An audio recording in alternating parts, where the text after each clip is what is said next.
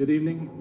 I'd like to call the Davie County Commissioners meeting of May 3rd, 2021 to order. At this time, I would ask Commissioner Jones to lead us in the invocation. Let us pray.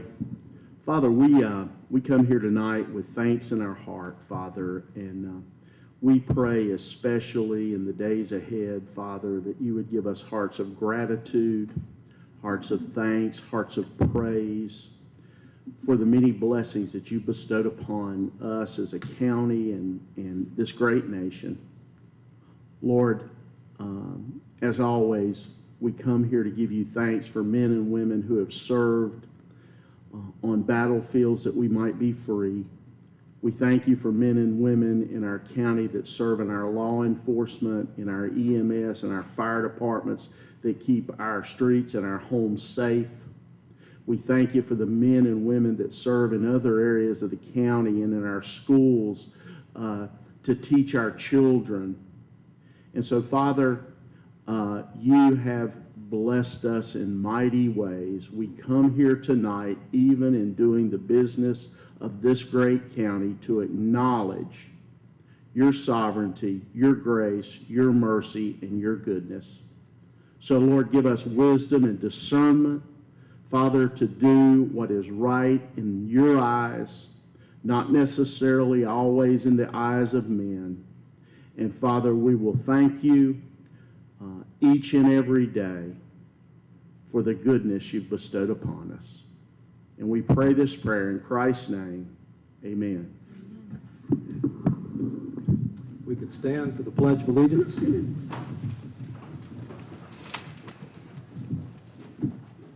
allegiance to the flag of the United States of America and to the republic for which it stands, one nation, under God, indivisible, with liberty and justice for all.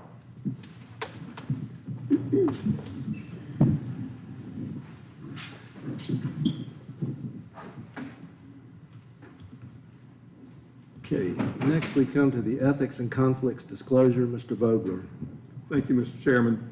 Pursuant to North Carolina General Statute 168-86 and the Davie County Board of Commissioners Code of Ethics adopted December 2, 2019, I'd ask each of you before you adopt the agenda if there's any actual, potential, or perceived conflicts of interest with respect to any matter on the proposed agenda which should come before the board tonight for a vote. If so, please speak up, let the board know at this time before the agenda is adopted. Mr. Chair, seeing no one speak up, I conclude there's no actual, potential, or perceived conflicts of interest by any board member. Thank you. Thank you. All right, at this time, entertain a motion to adopt the agenda. So moved, Mr. Chairman. Mr. Chairman, I have a question, please. Okay. I would like to entertain the option of removing the priority dispatch system contract from the consent agenda. I think we should talk about that a little bit because I have talked with some different counties that are larger than us, and this seems to be a system that is more for a large county that has a slower response time. And I think before we make that decision, we need to hear some information about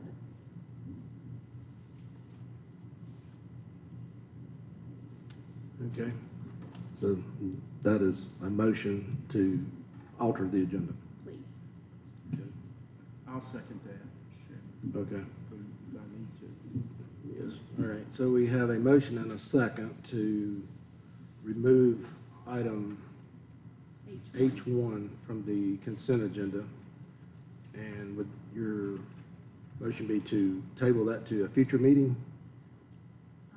Either table it, or unless Rodney wants to share something with us tonight, whatever. I know he didn't. I know this is a surprise, but whatever works for him,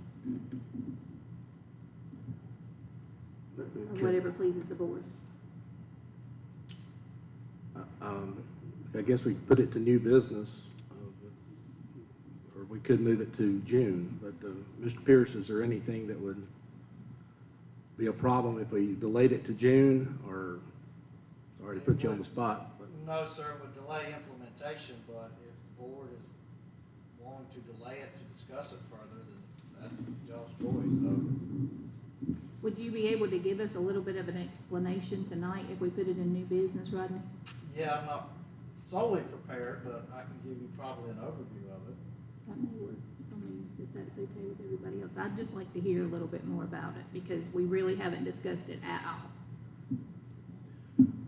Okay, so would you be amenable to adding or changing your motion to remove it from consent and put it to new business? Yes, that would be Okay. my motion.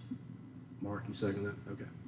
All right. I have a motion to remove item H1 from the consent agenda and move it to item 2 under new business. Have a motion and a second. Any further discussion? Hearing none, all in favor of supporting that, raise your hand. Okay. So at this time, we will entertain a motion to adopt the agenda as amended. Mr. Chairman, I'll make that motion. Motion to have a second. I'll second, Mr. Chairman. Okay. Any further discussion? Seeing none, all in favor, raise your hand. That carries 5-0. All right. Okay. So next we move to public comment period. Mr. Vogler. Thank you, Mr. Chairman. We have one individual who has signed up tonight, and I would just indicate that during public comments, you've got 3 minutes in which to come forward and speak. You are not to engage in question and answers with the board, but you do have the right to make public comments. I will be holding up sheets. When you have 2 minutes remaining, 1 minute remaining, 30 seconds remaining, and when it is time for you to stop. The individual that we had sign up tonight was Matt Johnson on vaccine passports. Mr. Johnson, if you would come forward, if you would state your name into the mic so that it's picked up in the recording, and then you can start. Sure. So my name's Matthew Glenn Johnson. Do you need my address or? Okay. So I am a citizen of Davie County. I live here in Moxville. I didn't plan on speaking tonight or making a public comment, but I came in and I saw that there wasn't that many people here. And, sorry. There's people here in the county that need your help.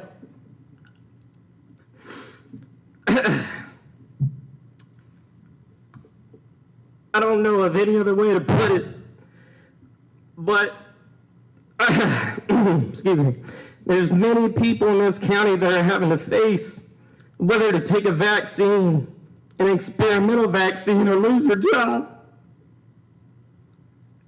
And to me, that's not right. And I know that you guys might say, well, it may be a mandate, it may not. There's people at the state, there's other stuff that's supposed to be taking place tomorrow. But I don't have faith in any of that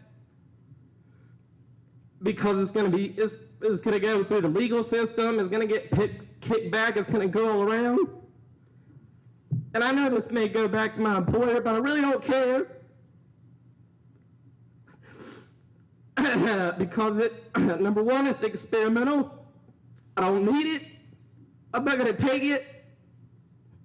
My wife's not going to take it. My kids aren't going to take it. Over my dead body, my kids are not going to take it. And I'm not a conspiracy theorist. I'm just saying that you can look it up yourself. It's an experimental, and I don't understand why that anybody would be coerced or forced, whether it's in some type of gray area, your company's doing it, whether it's this or that, but it's not right. And there are people in this county that need your help. I don't know if you've heard, but Henderson County, they've already said that and voted on that they're no longer gonna comply with the mask mandate, but we need your help to say, you know what, this is Davie County. We're standing up for our citizens and we're not gonna comply with these vaccines if it becomes a requirement, whether it's public, private requirements. It's not right, and we're standing up for our citizens of this county. We're not going to comply with it. We're not going to mandate it. And that's all I've got. Just in summary, I just wanted to bring that to your attention. And actually, it's really surprising that I'm the only one here speaking about this, because I know for a fact that there's at least hundreds. I don't remember how many people live in Davie County, but there are hundreds of people that are having to face this decision. And I know I'm out of time or running out of time. And I want to leave it at that. We need your help. We need some type of communication to go out to all the other counties, ask them to do the same, and to stand up for us and to stand up for the citizens of this county and this state, because it's not right. It's not right. We shouldn't have to do this. We shouldn't have to be coerced. And it's not legal. I've tried to talk to many lawyers. They will not, and I know I'm out of time, but I just want to finish this. Nobody will touch this with a 10-foot pole. Nobody will talk to anybody about this, about corporations in this state or anywhere else. They won't talk to you about it. And it's not right. We need your help. We need some type of communication. I was preparing something to talk to the school board tomorrow, but I wanted to come out here and see just what you guys had to say about it, if it was even brought up at all. Thank you. Thank you.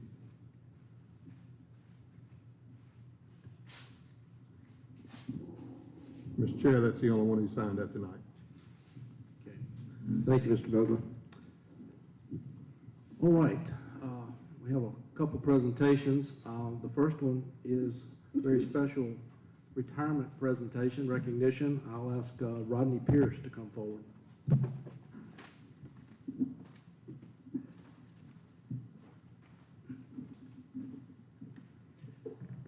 Thank you, Board, for allowing this opportunity to recognize Steve Fry's retirement. Steve has been employed by Davie County in the 911 Communications Department for 33 years. In those 33 years, Steve has been an essential part of the innovation of our center that it's been committed to. Steve has counseled countless people in their darkest moments and also rejoiced with them when they have overcome them. His wonderful personality has given Steve the ability to build co-worker relationships that have evolved into lasting friendships. In a profession where every word is scrutinized, Steve has earned the respect and trust of his co-workers and our responding agencies. In law enforcement, retiring officers are presented with their service weapons. In 911, a telecommunicator's essential tool is their headsets. In the 911 profession, we strive to conclude our careers by hanging up our headsets. It is here that I present Steve Fry with a plaque designed that he may hang up his headset on his 911 career. Steve?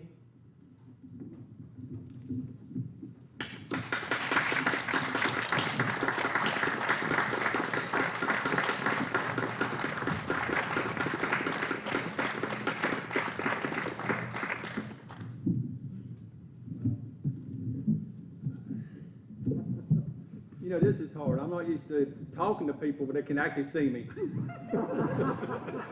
Everybody's usually got their pagers on, their radios in hand, and they're just listening to me.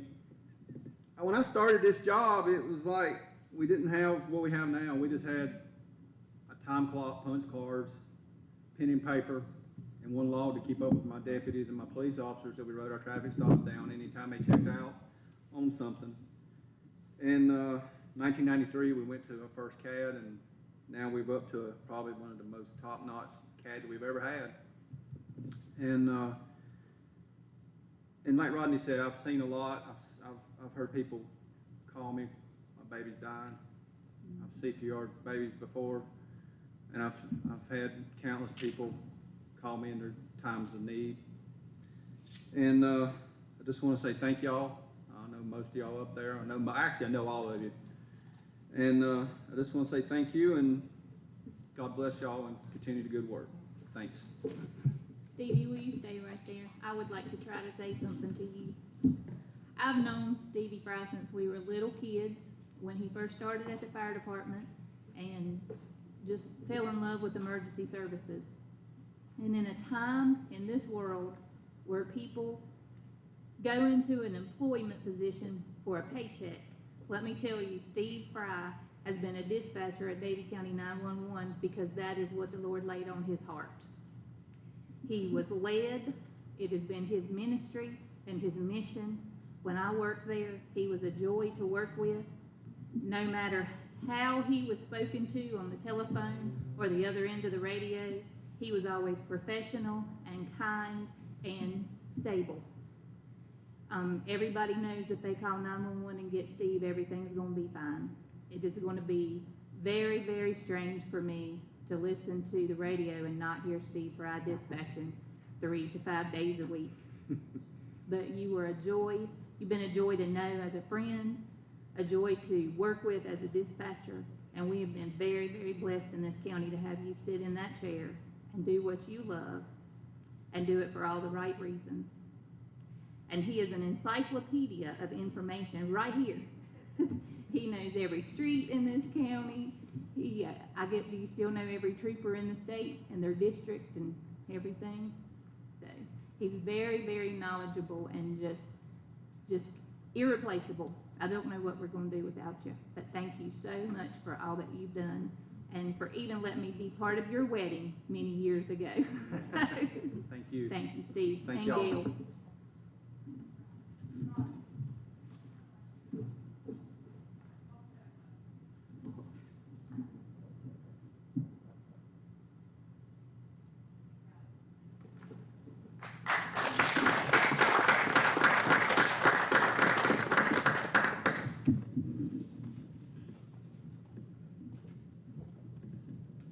Okay.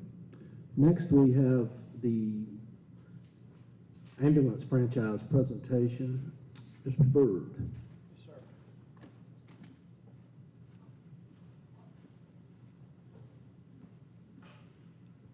I was asked to give just a short update about ambulance franchises this evening as they apply to the convalescent service. Just a little bit of history. In 2019, July 2019, the manager came to us and said, hey, I want you guys to get together, put together a business plan for convalescent service. We're able to do that.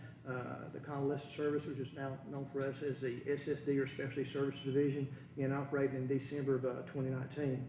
The initial goal was to, within the first 12 months, have more revenue than you had expenses, and we were able to do that. The further goal was, as you reach that point, was to try to grow your service, and we're certainly working on trying to do that. One of the roadblocks that we have to the growth of the service is the fact that we have private ambulance services from outside the county that come into the county that pick up Davie County citizens and transport them. And from the convalescent side, that affects our revenues. In order to grow, we're going to have these revenues. In your packet that you have for tonight, there should be a proposed letter that I'd like to send out to the companies that are coming into the county. It's generally a reminder that there's a franchise ordinance in Davie County and that they need to abide by that franchise ordinance. Now's the time, from my perspective, now's the time to do it. We're trying to grow the service, and all you guys are aware of the fact that we've got Medicaid transformation coming at us. It's still coming down to the wires of whether or not it's going to happen on July 1, but we're going to proceed as though it is. We're being contacted by Medicaid brokers and insurance brokers right now that will be used to set up networks to have ambulances from outside of this area coming into this county. We're trying to put some of the stops to it by asking or just letting you guys know, unless you have problems, that we're going to enforce the franchise agreement as it is written. I worked with Ed in 2015. We did a revision on that franchise agreement to make it a little bit stronger. That was when Mr. Ruffin was here. We feel like compared to other counties, we've got a strong agreement. And so that was my update for tonight. And I just, if you guys have any questions, I'll try to answer them. When we talked about this in the small meeting, so do some of these independent agencies not understand we have this ordinance? Is that what we decided? What you I don't were know if they trying to tell don't us? understand that we have it, or if they're just based on what they do on the fact that we've never really enforced it. And prior to having an SSD division, we haven't enforced it because we didn't have anybody to take up that space. There's different proposals in the upcoming budget, that you guys will get to look at that may help us along those lines also. my other question was, will it apply to the Wake Forest Medical Center, their ambulances as well? Well, the way the ordinance is written, you can't operate an ambulance in Davie County without a franchise. That's for anyone that you would pick up in Davie County to take out. And you definitely can't pick up anybody in Davie County and transport them to another point inside the county. There's no provisions, and there's really nothing we can do about if a company picks up somebody, say, in Bassett, Virginia, and then brings them here. And so, you know, my intention is to go over and talk to, I know the director for Baptist or for their transport services, and just have a conversation to them about both of us being good neighbors with each other, because there's plenty of business for everybody to pass around.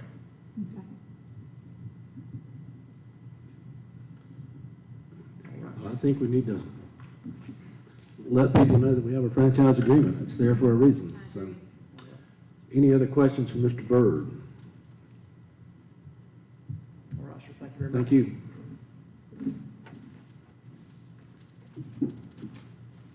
Right. Next, we move to public hearings. We have 3 of them on the agenda this evening. The first one is from Parks and Rec, Mr. Moore.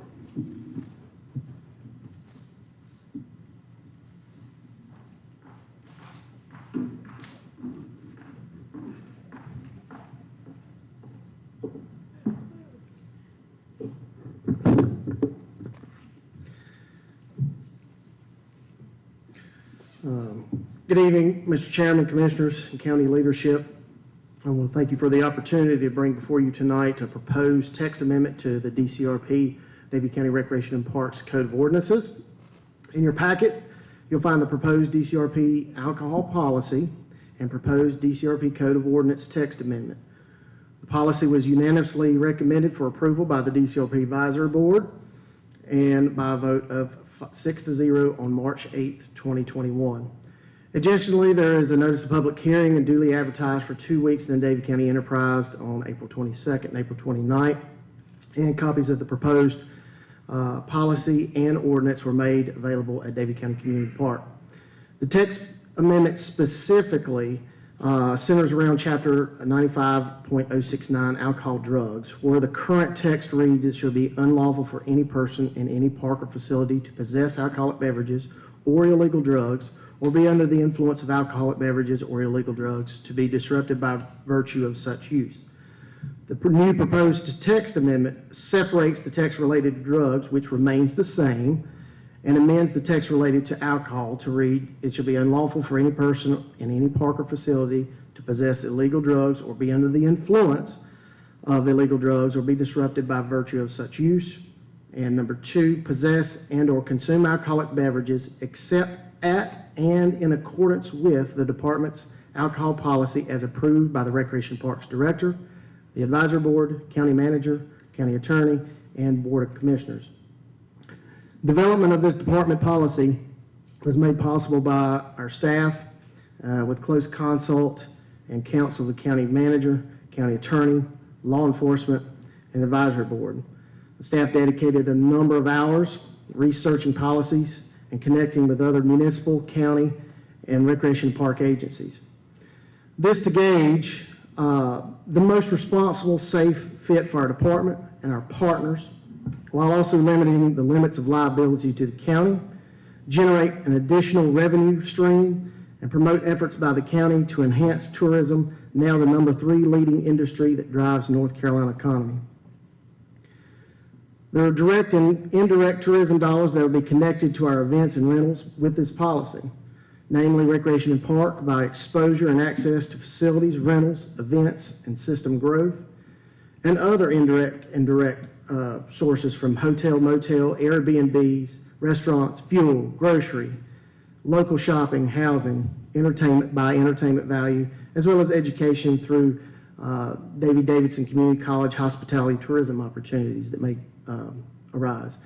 The purpose of this policy is clear and concise, as it establishes regulated guidelines related to the service, sale, and or consumption of alcoholic beverages on DCRP premises.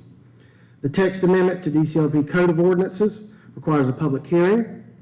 Following the public hearing, you may vote for or against or make any additional action to the ordinance text amendment as you see necessary. At this time, Mr. Chairman, I'll turn the meeting back over to you and entertain any questions that you commissioners may have before the public hearing. Thank you, Mr. Moore. Anybody got any questions for Mr. Moore at this time?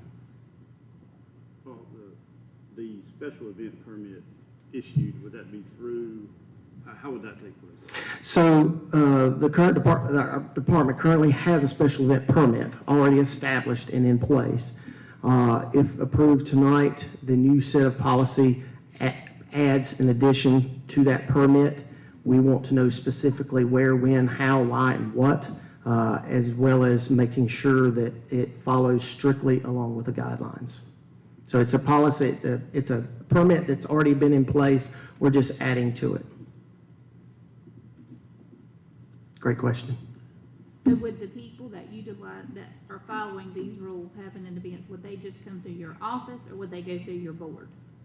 They would come through our office.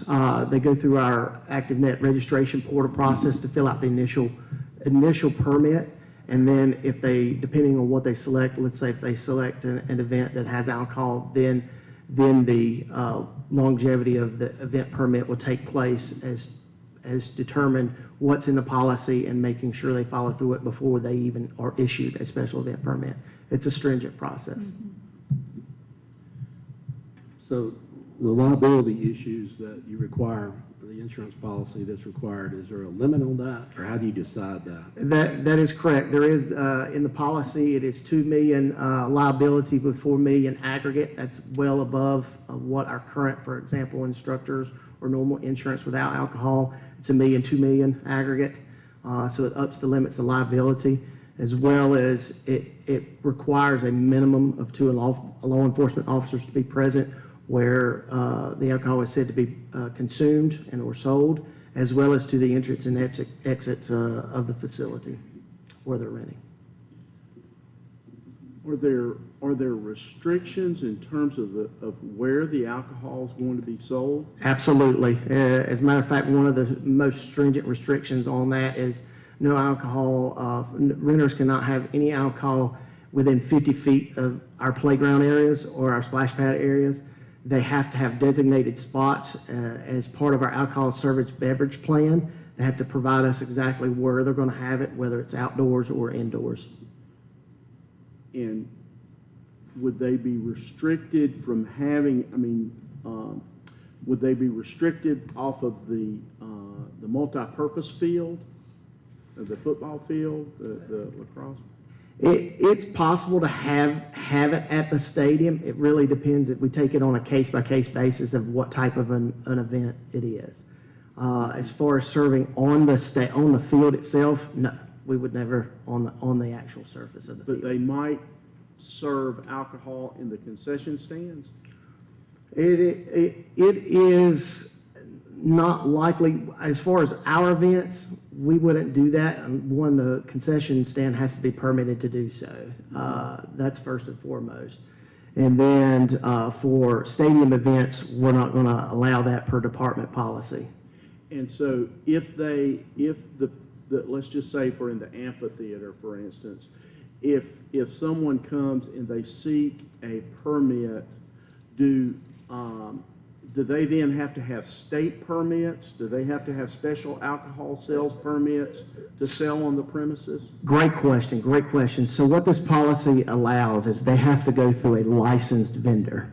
So for example, if there's a wedding at the amphitheater, the policy doesn't allow for the county to have the license. We didn't want that liability to begin with. We want to ease into this alcohol policy, crawl before you walk, as you say. So they have to go through a current licensed, ABC licensed vendor, for example, Raylan Vineyards, Sierra Nevada, and they have to have properly trained staff as well as a license, and they have to show proof of that license from their vendor, as well as be a proof of that vendor to be able to, that they accept that they're coming to our facility. And so if they're selling alcohol at the amphitheater, at a concert, whatever it might be, then what, do you have stipulations in the policy that requires, obviously someone's gonna have to be there to check ages, those kind of things. Correct. In the policy, it does state that the vendor that is chosen, let's say if we contracted with Rayland Vendors to come out for our concerts, they have to have qualified staff, be properly trained, and this is spelled out in this policy, spelled out they have to be properly trained, as well as it states in there that they can not serve anybody without checking ID, and if no verification of proof of ID can be given, then they have to deny the service and/or sale. And it can only be consumed in designated areas, right? Correct. And not sold at an event attended by children. Exactly. So, for example, we're not going to have alcohol at our Easter extravaganza. It's not conducive for it. Same way with special event permits. Depending on if somebody comes in and wants to do a fair in the parking lot, that's more geared toward children. We're not going to allow it. I believe I read, But you can allow it. Your policy allows it.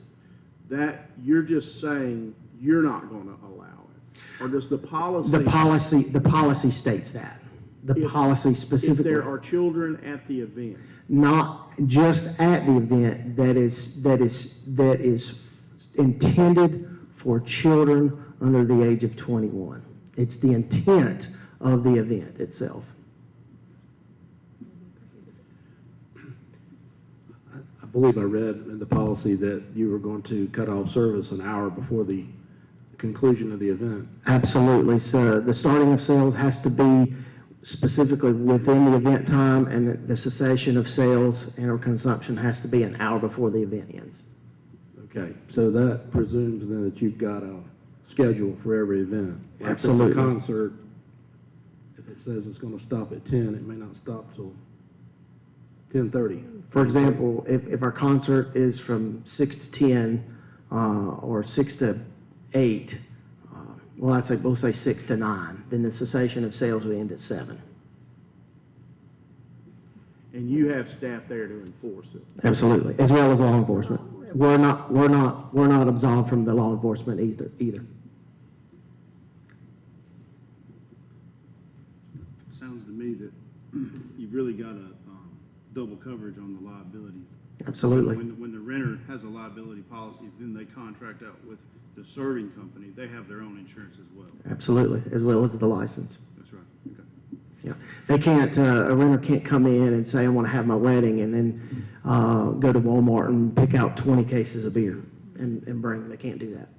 But like I said, technically, the company that would serve it will have their own liability insurance Absolutely. as a company as well. So Correct. They have to have that. Double covered. Mhm. Yeah, we might want to be labeled as, solely named in that or whatever in the insurance world. Correct. Yeah. And then also in the insurance policy, Davie County has to be named as an additional insured on all said pay. So the only hiccup would really be if somebody showed up with their children and nobody knew they were coming. So you'd have to make sure they tell people that they can't bring children under 21. Well, again, the intent, depending on the event, is the event catered for children, or is it not? But if we say that the sale of alcoholic beverages shall be prohibited during an event attended by children, so, and that's what it says.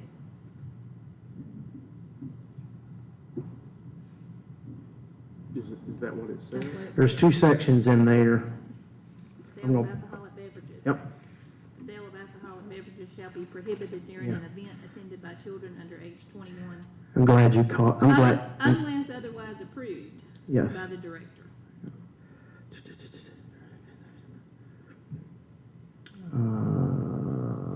The possession, sale, and personal consumption of alcoholic beverages must follow state laws.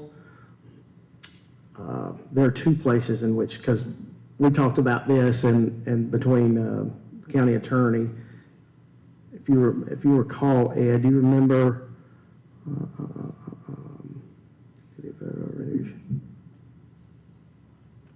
I would have to go back and look at my emails to you to tell you exactly where that is in your policy, but I do recall that you had it in the policy initially, that the intent, and I suggested that that be taken out, and Correct. and that we have it in the policy that in the event anyone under the age of 21 was there, it shall not be consumed then. And I don't remember exactly where that's at in the policy, but I do remember that you did take that out, because I had a question, the same question that was just raised, as to how do you tell what the intent of somebody is? Correct. Or the intent of That's an completely event. subjective. That's right, and I did not want it to be subjective. and That's right. So therefore it was taken out. That's right. So for example, concerts, there's likely to be children there, but just because there's children there doesn't mean that we can't serve it during concerts, because we know children are going to be present. But the intent of summer concerts the intent of our summer concerts is for adult and family entertainment, not a specific youth event. But that's That's not not what your what it policy says. says. And that's not. That's our I think what- the policy that I saw was that in the event you were going to be serving alcohol, there would not be anyone under the age of 21 there. I'm gonna find this. What I'm reading What? is under sale concession of alcoholic beverages on packet page 18 at the top. On, let me see where it's at on, because you don't have There, mine. C. It is on the 3rd page of your policy that I'm looking at here. So prohibition, sale of alcoholic beverages shall be prohibited during any event, any event attended by children under the age of 21 unless otherwise approved by the Recreation Parks Director. So So they have to make sure they came through you. that's more for our own events. So again, it goes back to, if we're gonna have concerts, we know it's a family, we know there's gonna be children there, but the intent is not to be solely for a youth organized event.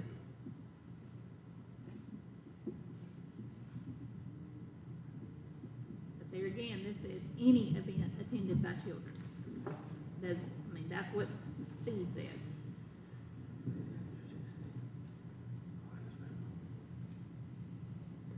Yeah. There's also, I think if you look at packet page 17D, the possession, sale, and personal consumption of alcoholic beverage must follow state laws, including but not limited to no consumption of a person under the age of 21, no consumption outside the designated area, included within the limits of the facilities. And then I believe on down somewhere else it talks about. here it is. E, no alcoholic beverages can be present or consumed during organized youth events. Right. Organized youth events do not include family gatherings wherein youth are present but not the primary reason for the event. Any such event where alcoholic beverages are present and are consumed must have prior approval of the Recreation Parks Director or his or her designee. That is per the requirements of the policy. And that's the language of the ordinance, but your policy also had language in there wherein no one of the age of 21 Right. could be present if alcohol was being consumed, period. Right, and we can strike that C out, and because I don't want to strike it out. the intent is by the policy requirements, you have to go from the sale, when you go from the sale by the policy, you have to go by E, item E, under requirements of the policy. It's not meant to be made confusing. It's clear and concise, again, where, Well, item C, under sale, concession of alcoholic beverages, says, the sale of alcoholic beverages shall be prohibited during any event attended by children under age 21. Now, Correct. your out is that you, and this is a check and balance, that you can approve an exception to that, but your policy clearly states that on the face, that it's not allowed. correct. So I guess the decision is, what are you gonna do, or what is your renter gonna do if that happens? Are they gonna ask those people to leave, or are they gonna cease the sale of alcohol? they would have to cease the sale of alcohol, and/or if they haven't, if they're not following the policy, it can include up to banishment, the banishment process. Yeah. Absolutely. That would be, I think it's just a point of making sure that whoever wants to sell alcohol at their event, that they understand that especially that specific item right there. Yeah. You know, that, because I think that's a great item to have, but they Right. just need to make sure they know it's in there. So for example, we'll use, Ed, can I use your analogy? If you remember, his analogy was, let's say, Sam comes and wants to rent the facility for a birthday party. And he's gonna serve alcohol, but it's for adults. And what it ends up being is he's trying to show off that to all of his friends, that he's buying a new car for his underage, under 21 son, and there are 60 kids there and maybe 10 friends. So that's the reason why we put it in there. I had to go back and think about that. So you're right, that's why we put it in there. Good call.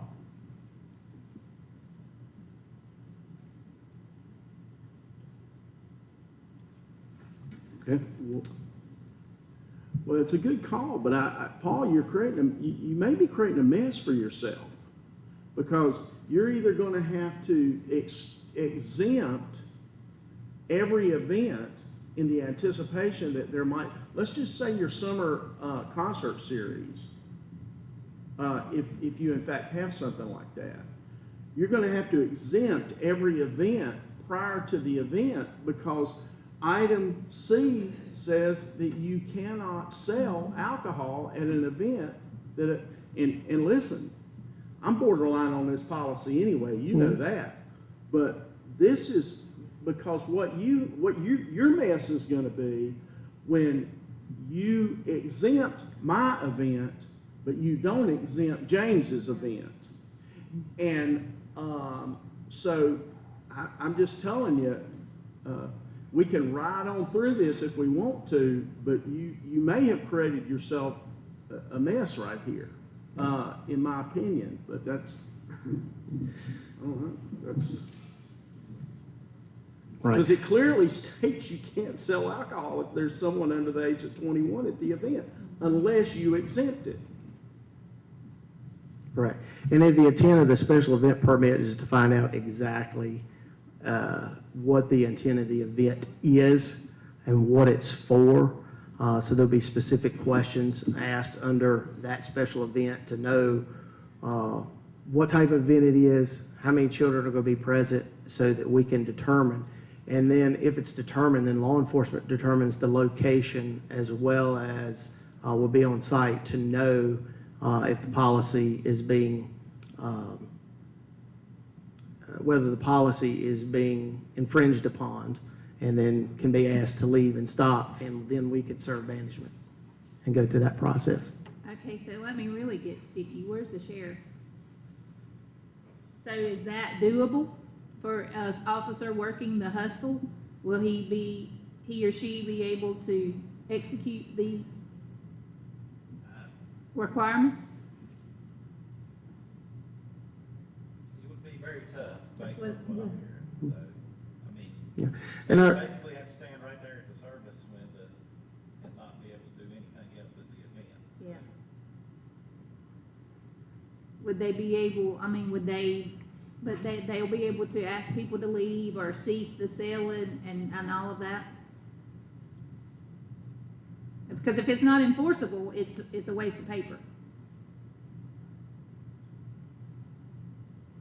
So if our staff comes to you and say, we know.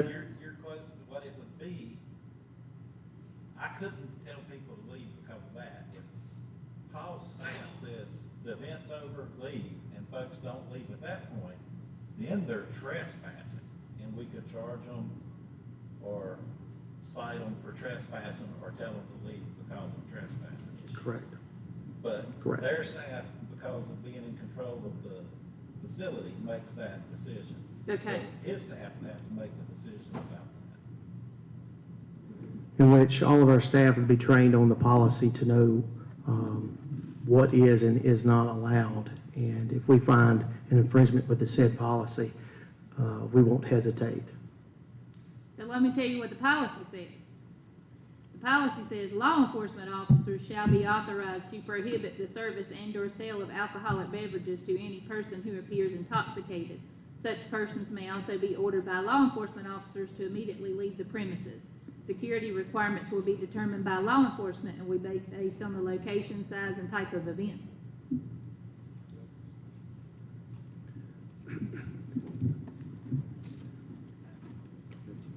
From a legal perspective, Mr. Vogler, does D above,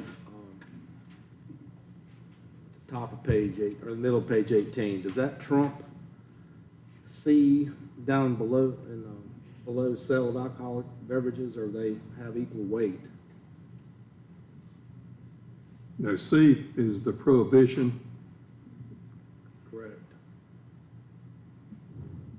and then you're talking about 17D, 17. Reference to state law.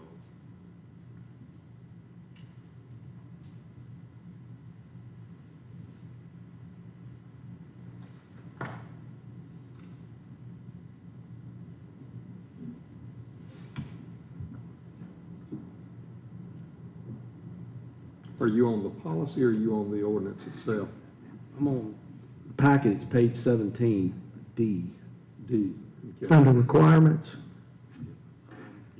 Yes, Yes. and then you Yeah, said the other one was what? Be on page 18. Item D under requirements.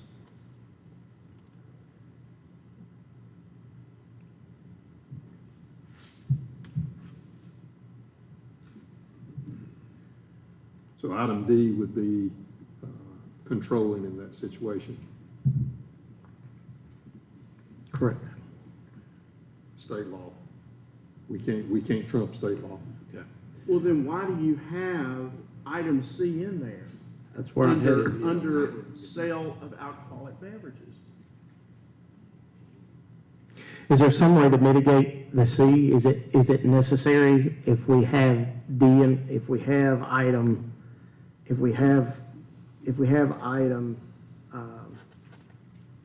E in the requirements? Is C necessary? Or is there a different way that it needs to be worded?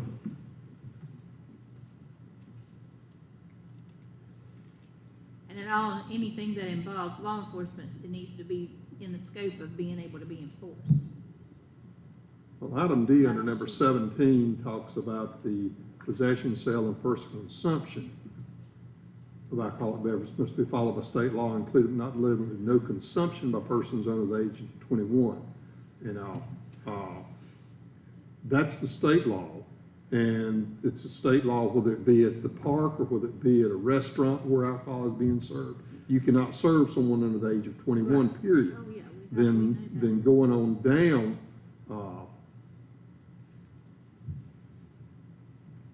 under C, under the next section under the sale of alcoholic beverage shall be prohibited during any events attended by children under the age of 21 unless otherwise approved of the Recreation and Parks Director.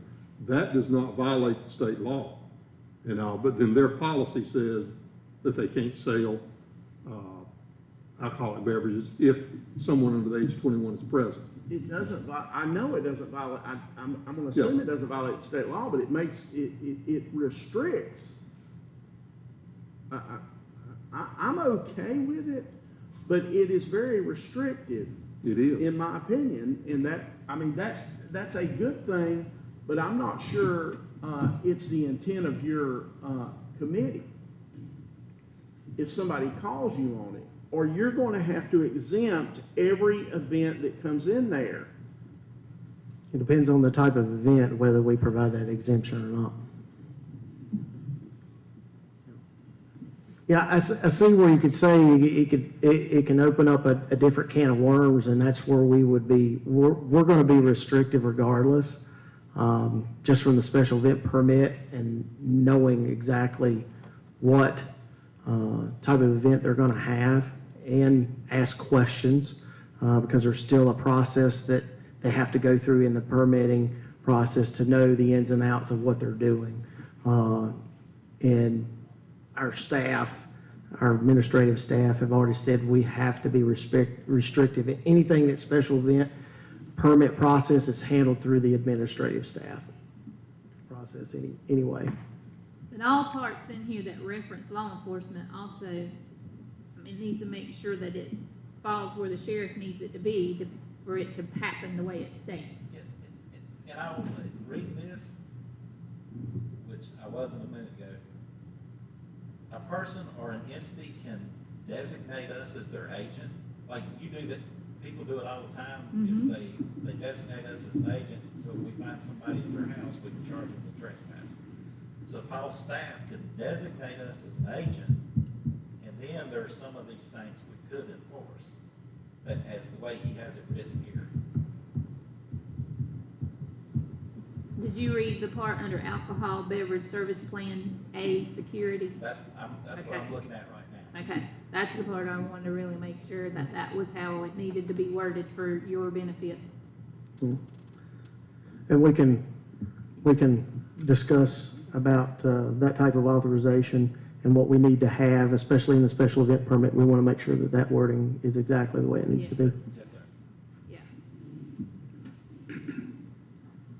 Okay, so obviously, Mr. Moore, you feel that item C gives you extra latitude that you would like to have, and that outweighs the can of worms, unintended consequences that might arise from that. Would Correct. that be fair? Correct. And if at some point it's something we need to revisit, if we feel uncomfortable, it's something we can take back to the advisory board for discussion and changes. If such an occurrence does happen, we will cease any and all current permits that's coming through the pike until we have that resolved. Be a process in which to do that. It's kind of like having a moratorium on it if we find that there are issues, especially with C. I'm not real clear on this, Mr. Chairman. I'm just gonna, if at your first summer concert, 25 kids under the age of 21 attend that concert. But they have a permit. to They sell. have a permit. But item C says prohibition. 25 kids under the age of 21 attend that concert. The sale of alcoholic beverages shall be prohibited during any event attended by children under the age of 21. Correct. Is the sheriff then, by the text of this, required to shut the sale of alcohol down unless you have approved or exempted the event prior to the event? Correct. We would exempt our event because, again, going back to the actual requirements of the policy, the intent is not for it to be an organized youth event. So you would exempt it? Yes, because that would be our event.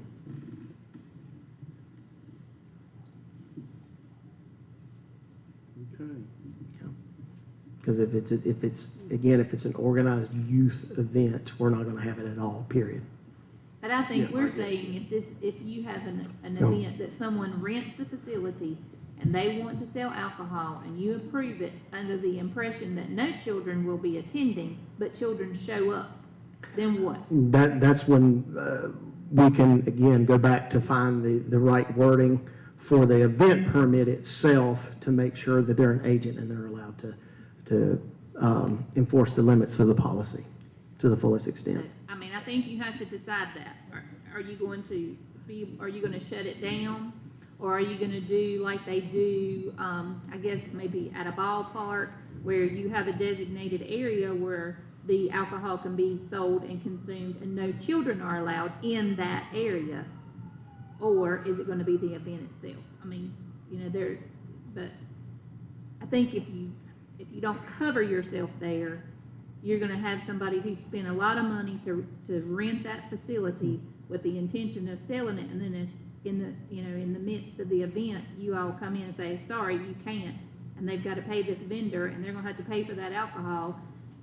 I mean, it's just protecting you. Correct, and we can actually add that to the actual policy, what you just specifically spoke of, and I think you talked about being in that designated area. That might be an alternative. I think that is in there. I think it is too, but Yeah. if the Yeah, C, signage the under- C is just concerning because that might mess you up. Correct. Under signage, it does, we can add that to the signage. It says, the signage has to be in a designated area, no possession or consumption or individual under the age of 21. Or we could say, or allowed to be permitted inside the designated area. We can add that. I believe that under section D of your policy, it says possession, sale, and personal consumption of alcoholic beverage must follow state law, including but not limited to no consumption of persons of age 21 and no consumption outside a designated area included within the limits of a reserve facility. And also, if you've already designated that area, that takes care of that. Okay. Right. But you would have to designate that. So does he need to remove that prohibition phrase to keep from having an issue? I don't see any reason to remove the issue because it gives a provision that we can exempt, I can exempt. And the provision for exemption is more likely going to be on our events than rental events, weighted differently. Again, this policy is made to be restrictive in a crawling manner to what we can handle versus a lot of other policies that we've read where it's wide open. They maximize their revenue efforts, but I think the safety and the branding issue is more important on our end right now.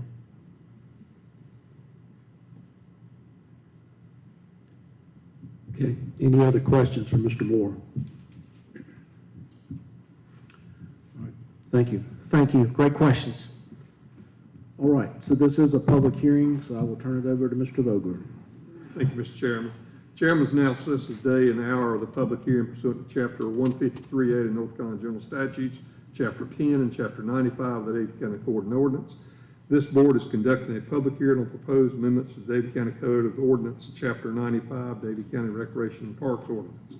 Due notice of this public hearing was advertised and ran in a local newspaper with general circulation in the county as required by law, as noted in the notice of public hearing included in your agenda packet. I would ask for all who wish to comment at this public hearing to come forward, state your full name for the board, and then comment on the proposal.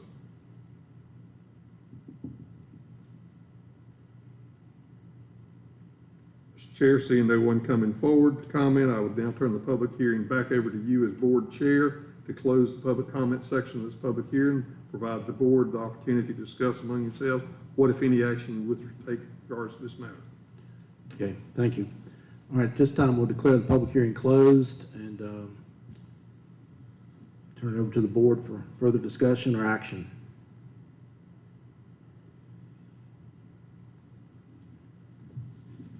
As long as the sheriff is okay with the wording that's going to involve him under this security, and that's going to be.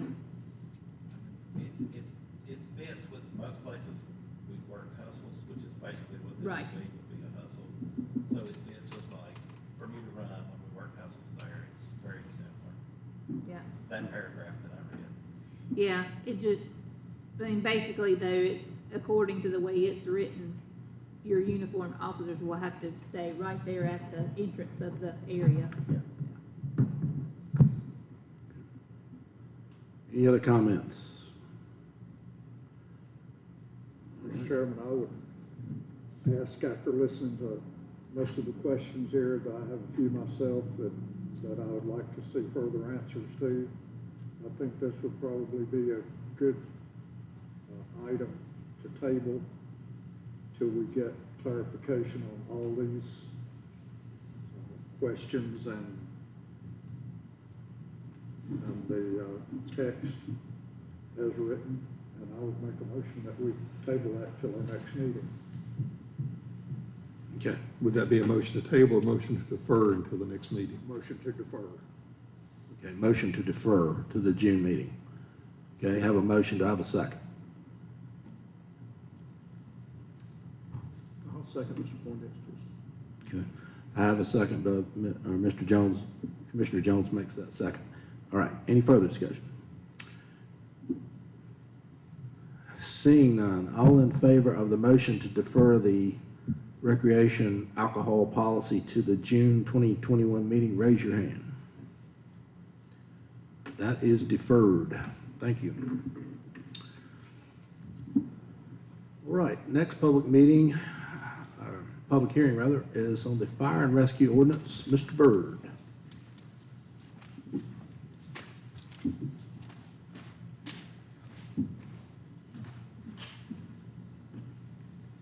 I'm just going to start out tonight by sharing just a short timeline of how we got here. And all you guys know, we've been working on this for quite a while. In October of 2018, the Board of Commissioners directed the staff to start working on a fire ordinance and a fire contract for our fire departments. That proved to be some pretty tough work right there. The first draft was submitted to the board in January of 2019. And then from that point on, in early spring, because we're working on both those documents at the same time, just proved to be too much work. We were advised to concentrate on the contract, finish the contract, then come back to the ordinance later on. So that's exactly what we did. We put that on hold during 2019 and completed the fire contracts. We came back during 2020 and we resumed that work. And when I say resume the work, there were multiple meetings, multiple consultants talked to, multiple times that we spoke to fire departments, several different drafts submitted to the board. A lot of work went into that. That resulted in a draft that we turned over to the consultant that the county hired late in 2020. In October, he produced a draft of the ordinance that was presented at the public work session, the fire study that we did with the board. Different feedback came back to us from the board after that meeting. In December of 20, we sent a draft to the chiefs for them to review. They had that for 60 days. And then on February 9th of this year, Mr. Bowler and I attended a fire chiefs meeting Ms. Finney attended that meeting also. It ended up being a long meeting with a lot of people had a lot of things to say. By the end of that meeting, the chiefs were pretty clear on what they would like to see this draft look like. That draft was completed. The things that they wanted or they'd asked us to take out of it were done. That was resubmitted back to the Chiefs Association on just a week later on February 9th. When we asked them again for feedback, at that point, there were just very minor things they asked us to change, which we did, and that's the proposal that you guys have tonight. What we're left with is just the meat and potatoes of this, the ordinance. I don't know if you realize it or not, but we really don't have a fire ordinance in Davie County right now. We got a burn ordinance that even that's not, not very good. In the past, when we've had illegal burn situations going on, we didn't have a lot of authority to do anything about it. Sometimes it would reach the point with a repeat offender that we would have to go through the back door to address it by maybe calling the air quality folks from North Carolina and have them come in and help us out with that because we just didn't have anything to fall back on so far as an ordinance. So in the draft of the ordinance that you see now, you see basically where we've given authorization to have the fire marshal's office. We describe what the duties of that fire marshal's office is. We talk about their intergovernmental authority. We talk about fire code, how we promote the fire code, how we promote inspections, how we deal with extinguishing fires that have to be taken care of. We talk about recovery costs for fire suppression. And then at the very last, we talk about the legal authority to put forward some of the provisions of this ordinance. I'll have to say that since we sent this last draft out, I haven't heard much from any of the fire chiefs. They seem to be pretty okay with it. I don't know if I haven't looked behind me. I don't know if any of them are here tonight. There's a lot of work going on today at fire departments. And if the board has any questions, I'll try to answer them about this tonight. Any questions for Mr. Byrd? I just have one thing that I want to make sure is typed in here correctly. Okay. On page 13 of the ordinance, it reads, under the protection of the Department of Agriculture and Consumer Services or within 500 feet of any such woodland during the hours starting at midnight and ending at 4 p.m. without first obtaining a permit from the Department of Agriculture and Consumer Services. Is that time right? Midnight to 4 p.m.? I'm gonna take just a second to read that whole line, Okay. ma'am.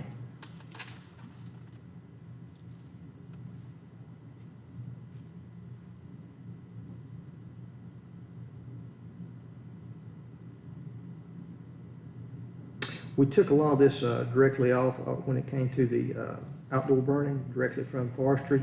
And I'll just have to tell you, I have to go back and see if that is Yeah, a 'cause that typo, doesn't ma'am. really And it may make be, sense. very well be that. I've got about 50 different versions of this in my office, and it'd be easy for me to have made a mistake on that. When I reread it this afternoon, I was like, I don't remember that time, but that's just I'm not sure that's right. 'Cause The it intent doesn't usually sound from right. forestry is to not have people start fires late at night. They're gonna burn throughout the night, and maybe be Right. unattended maybe. So I wondered if it was midnight to 4 a.m. 4 a.m. Or would be something better, like yes, that. ma'am. We just need to verify that. Yes, ma'am. So, and I will tell you, I'm so looking forward to the, possibility that outdoor fires will be regulated and burning trash and burning unnecessary Yes. You know, items can be we have enforced. some of those calls now, and we go out and we kind of talk them into putting Right. these out. Sometimes we're not. You know, if you listen to the radio, you know, we had quite a bit of, going on last weekend while we had high winds, Yes, so. sir. So I'm looking forward to you being able to enforce that.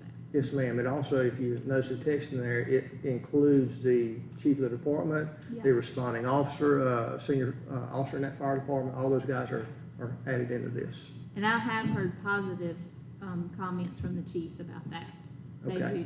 They are appreciative that they will have the authority to tell somebody they do have to put out an illegal You know, burning or most of this unsafe stuff- burning. Most of what's in here deals with civil law. You know, it's not like we're going to be going out and arresting people. You know, there may be citations issued, fire lane citations, things like that, but it all comes back to, I believe, Sheriff explained to me, all these are civil type offenses, not criminal offenses for the most part. But just, if you'll just double check on that for us, because that's Yes, ma'am. just That's how an that easy should fix be. for me. Yeah. From her, Yes, ma'am. it's 4 p.m. It is It's 4 in p.m.? General Statute 106-943B. It Right. shall be unlawful for any person to start or cause to be started any fire or ignite any material in any woodland under the protection of the department or within 500 feet of any such woodland during the hours starting at midnight and ending at 4 p.m. without first obtaining a permit from the department. Without first obtaining a permit. Okay. That makes sense then, yes, ma'am. Thank you, Okay, Ms. but is Chapman, I that in appreciate there? that. Without. That, without the permit, yes, ma'am. Okay. So It- between 4 p.m. and midnight, they can do it without a permit? Between 4 That p.m. makes and no sense. after 4 p.m., We might need to fix that. but what I'll do is, if it's all right with you, Crazy. I'll go back to our forestry representative and see what they say about that, and see if they're okay with it. Just That's easy verify. for us to fix, yes, ma'am. Okay, any other questions for Mr. Byrd?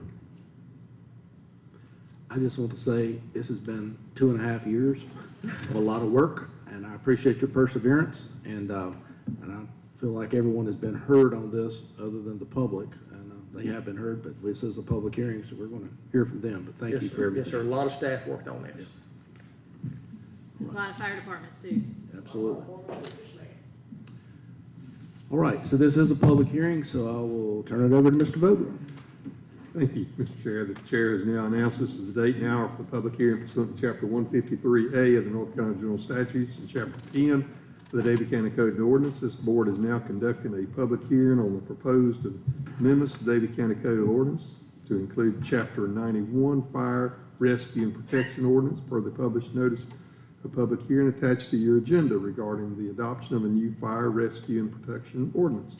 Due notice of this public hearing was advertised and ran in the local newspaper and general circulation in the county as required by law, as noted in your notice of public hearing included in your packet, agenda packet. I would ask that all who wish to comment at this public hearing to come forward to the podium, state your full name for the board, and then comment on the proposal.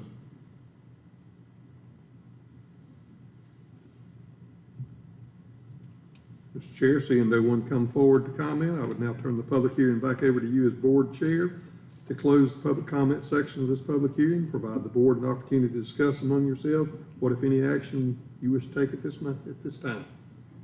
Okay, thank you. We will declare the public comment, or the public hearing closed, rather, and turn it over to the board for discussion or action.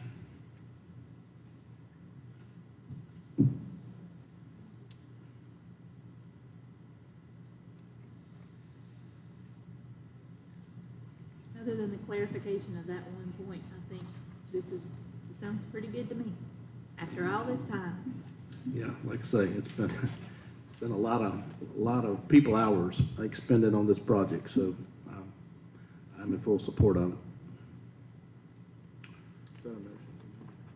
I make a motion, we approve, but do I need to say in lieu of verifying that phrase, Ed? Yes. Okay, so I make a motion, we accept the ordinance, approve the ordinance, and, Just subject to consideration verifying. of verifying that phrase that I mentioned about the time limit on the permits. Okay. Have a motion, do I have a second? Second, Mr. Chairman. Have a second. Any further discussion? Seeing none, all in favor of the ordinance as presented, raise your hand.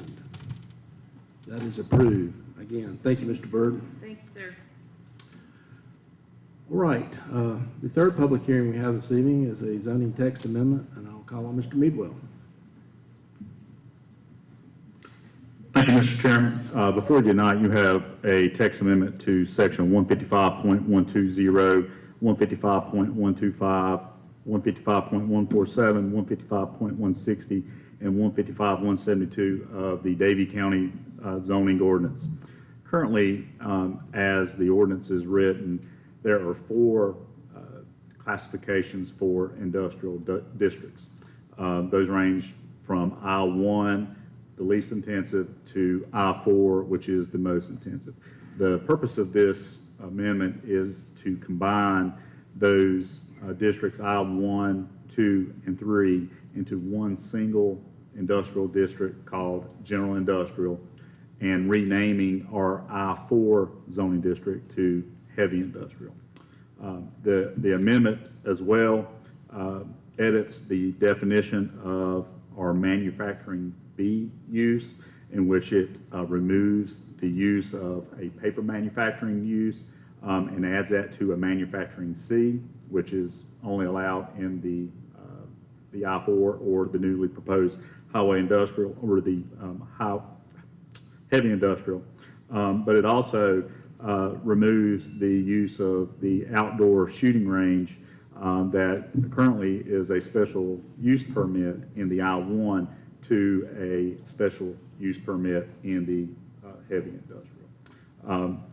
The thing to note, none of the dimensional requirements will change, as all those dimensional requirements that were for the I-1, 2, and 3 were all the same anyway. So those will stay in place. The dimensional requirements for the I-4 or the heavy industrial will also stay in place.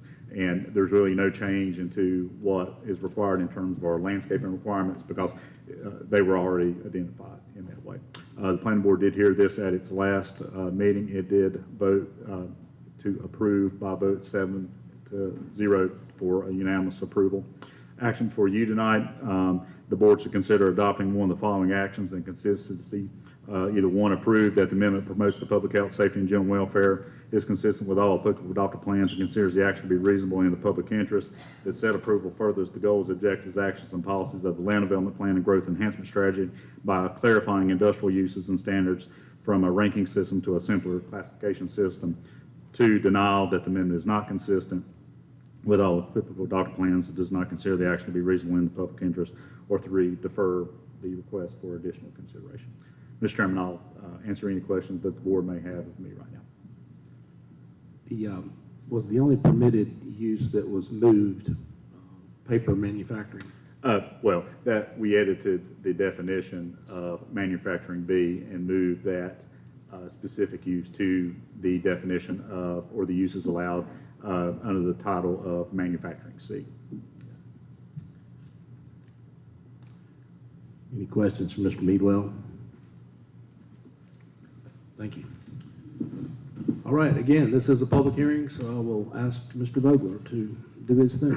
Thank you, Mr. Chairman. Chair has announced this is day and hour of public hearing pursuant to Chapter 153A of the North Carolina General Statutes and Chapter 10 and Chapter 155 of the Davie County Code of Ordinance. This board is conducting a public hearing on proposed amendments to the Davie County Code of Ordinance, Chapter 155, which is entitled Zoning Ordinance, to hear a zoning text amendment in various sections per the published notice of public hearing attached to your agenda regarding these requirements. Due notice of this public hearing was advertised, ran in a local newspaper with general circulations in the county as required by law, and noticed in your agenda packet as part of the notice of public hearing.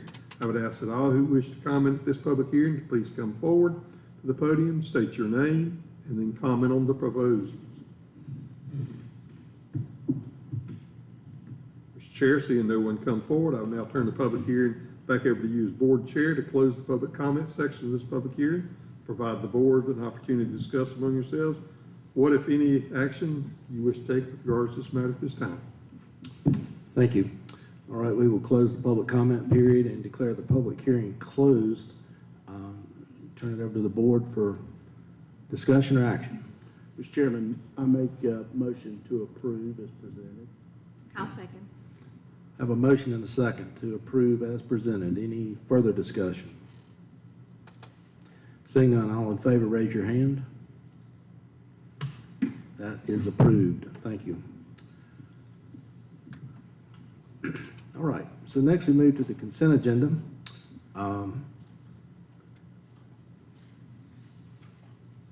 Does anyone have any questions or concerns about the consent agenda?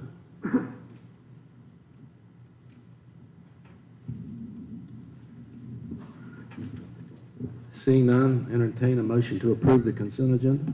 So moved, Mr. Chairman. Motion and a second. Any further discussion? Seeing none, all in favor, raise your hand. All right. Next, we move to old business. Any old business that come before this board this evening?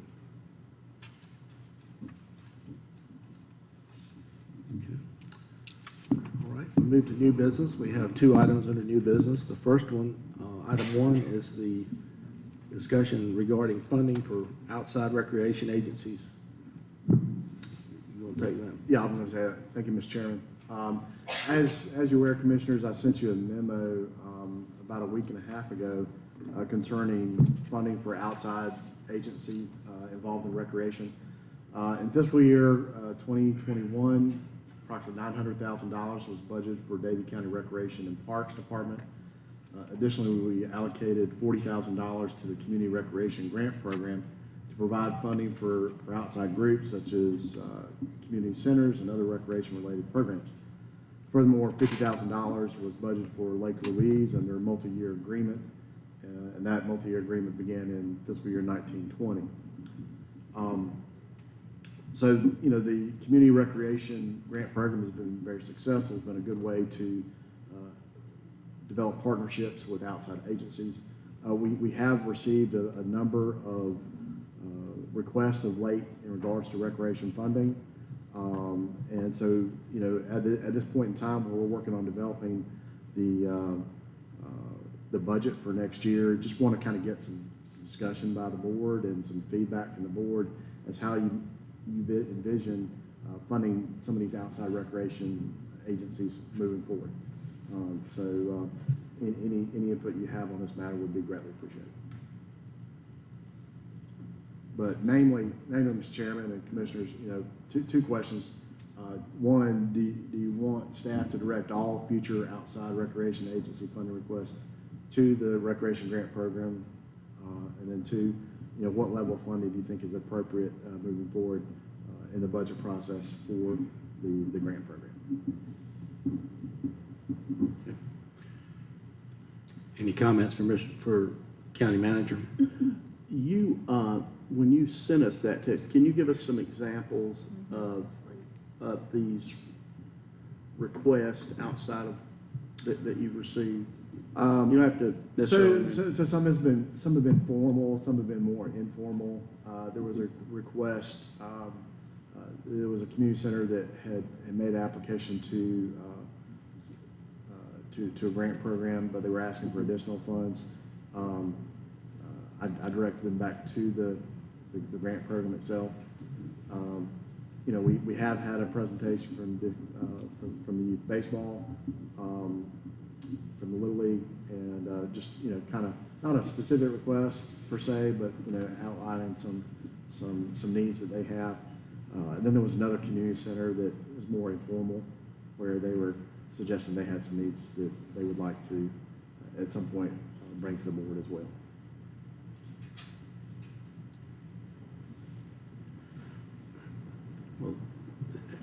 Well, Mr. Chairman, I would like to see some level, I understand the Parks and Recreation Committee has certain parameters that they have to go by, primarily the dollar amount that's sent over. Perhaps we could, and this is more responsive to immediate requests, would be if one of those community centers has comes to the Parks and Recreation folks and says they need something, it causes that to be outside the parameters of the amount that is budgeted to them. I personally think $40,000 is too low. You know, we have quality of life is a major issue in Davie County, and we have a lot of folks that are out there really working hard. I see Ms. Cook out here with Farmington. You know, we've talked about some of the things that they've done. We have the River Park, we have Little League, we have Little League football, we have soccer, we have all of these things that are happening. We have our passive parks now that are doing so much for the quality of life in Davie County. I think we've created a wonderful situation for families and kids in Davie County, and now we've kind of got to be responsive to some of the needs that may be out there that might be out beyond what historically we've done. I made it very clear last month, and I know this is probably outside of the purview, about my position on based on some of the things that we're getting ready to do with the RISE facility, with the River Park, the passive park out off 64, that, you know, we need to be more equitable in that. I think we have the Little League folks, we have loaned them money, required them to pay it back, and there was nothing necessarily wrong with that. But I think when we're then out passing dollars out to other community organizations that might touch more or less families than Little League does, that we need to consider that loan that outstanding loan that we have with them, and I would like to see that turned into a grant and granted to the Little League. They have increased the value of property that we own exponentially, and we continue to churn that money back and forth. We charge Davie Little League football to use the facility that reaches hundreds of families in Davie County. So I think we just kind of address some of these things, and I don't have a dollar figure in mind, but I do think that grant process is a good one, but I think we might need to increase the funding to that process, because I know there are some of our,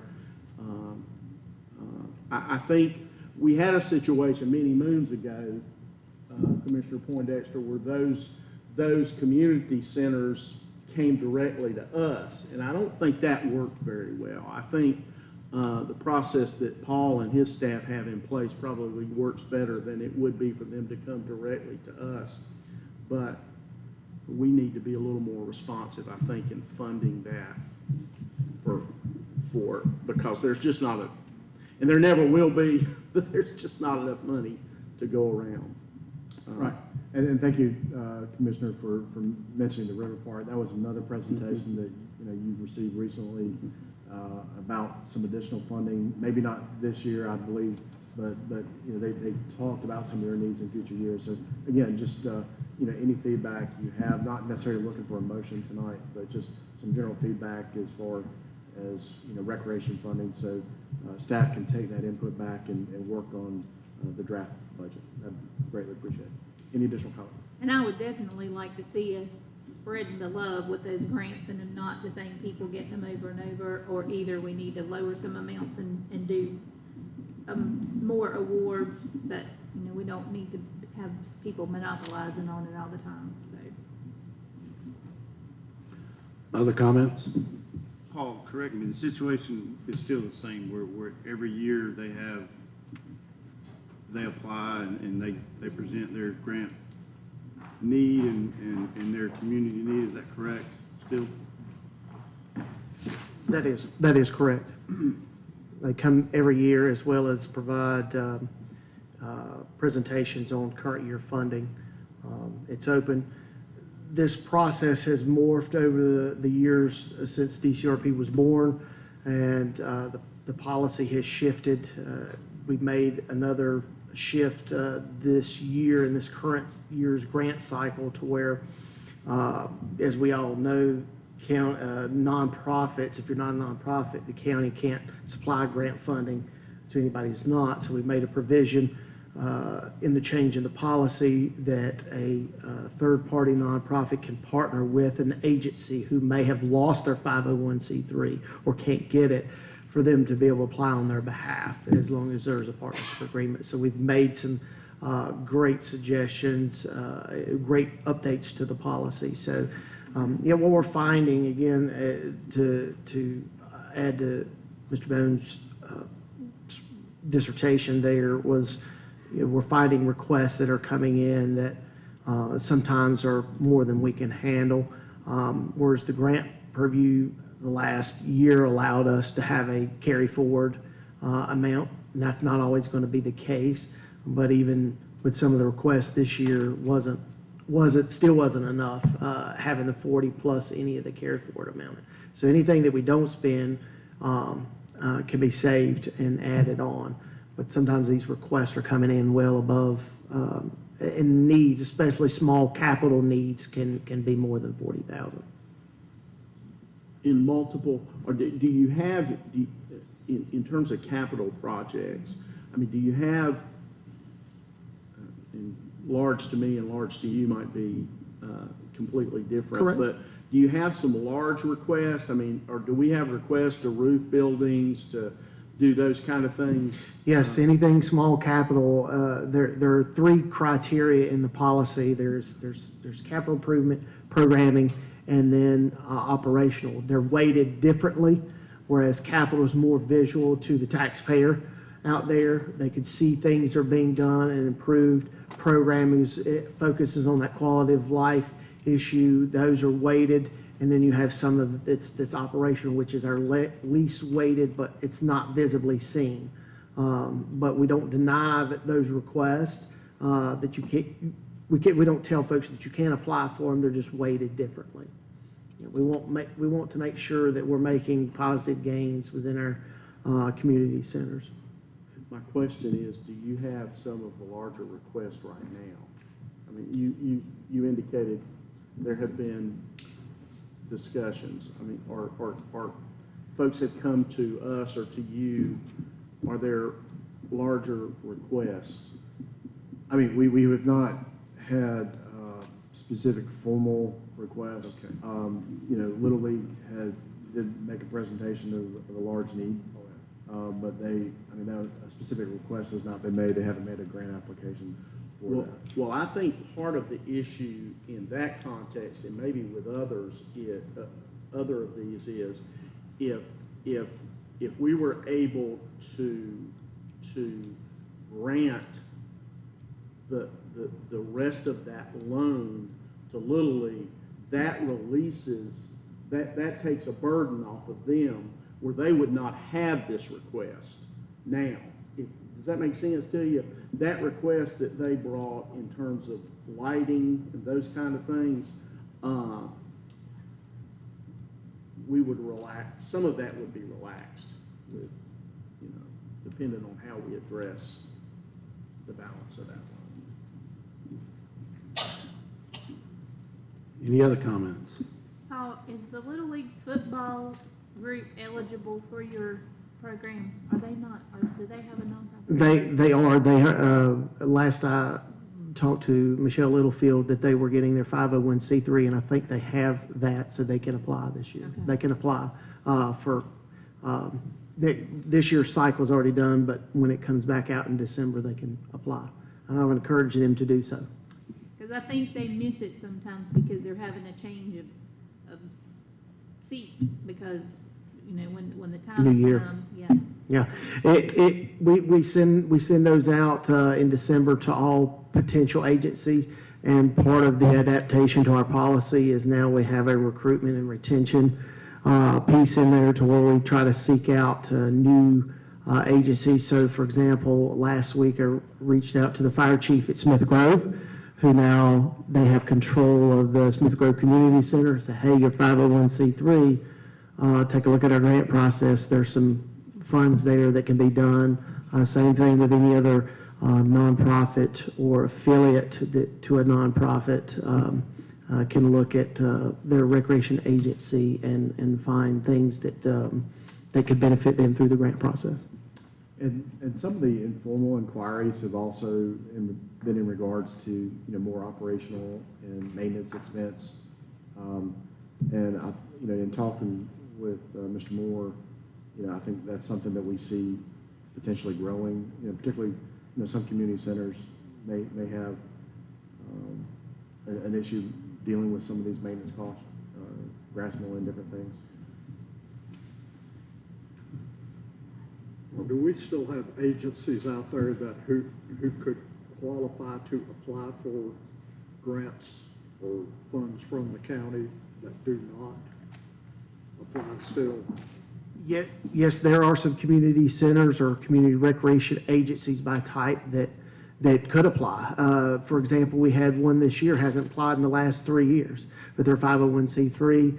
They had a need, reached out to me early and said, this is a great grant request and you should apply. So yes, there are agencies out there that can apply.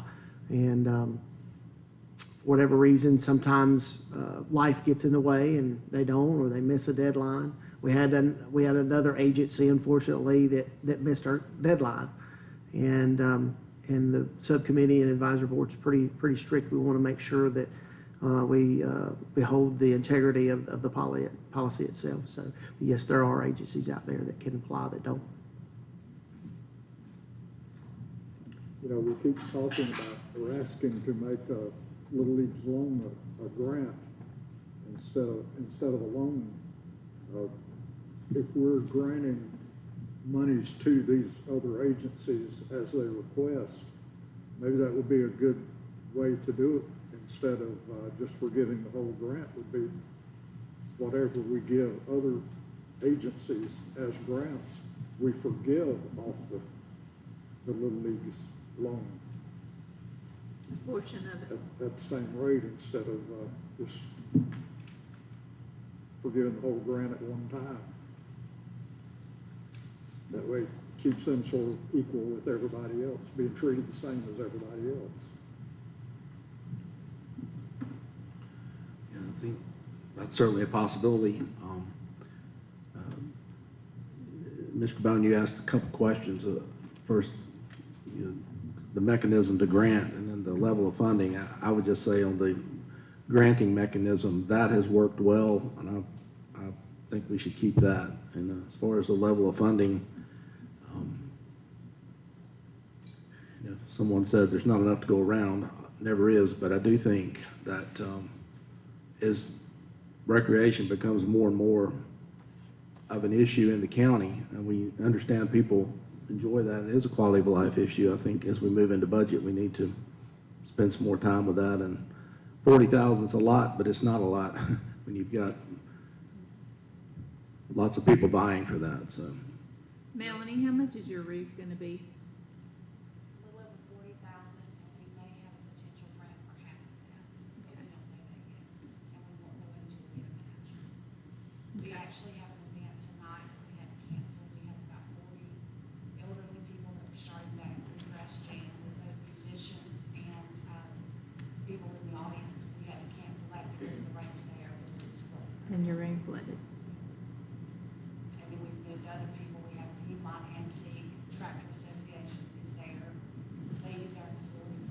It's out on the ball field, they're using it for free. We shuffle people as we can, but we have a great building that we just don't have, especially after COVID, we don't have the extra $40,000 sitting around Right. to put a new roof on that building. So right now, we've told our elderly citizens to stay home because we have a place to put them. Well, I am certainly an advocate for senior citizen mental health, and I can't wait for them to be able to get back in your building and listen to music. So, And as questions are asked, those people out in the audience that are answering those, if you could come up to the mic, because we've got a clerk that's trying to keep minutes, and she may or may not be hearing everything. All right. Any other discussion or any points to the topic? All right. Thank you, Commissioners. Okay, so the second item we have in our new business is the priority dispatch system, and I'll ask Mr. Pierce to come up and educate us.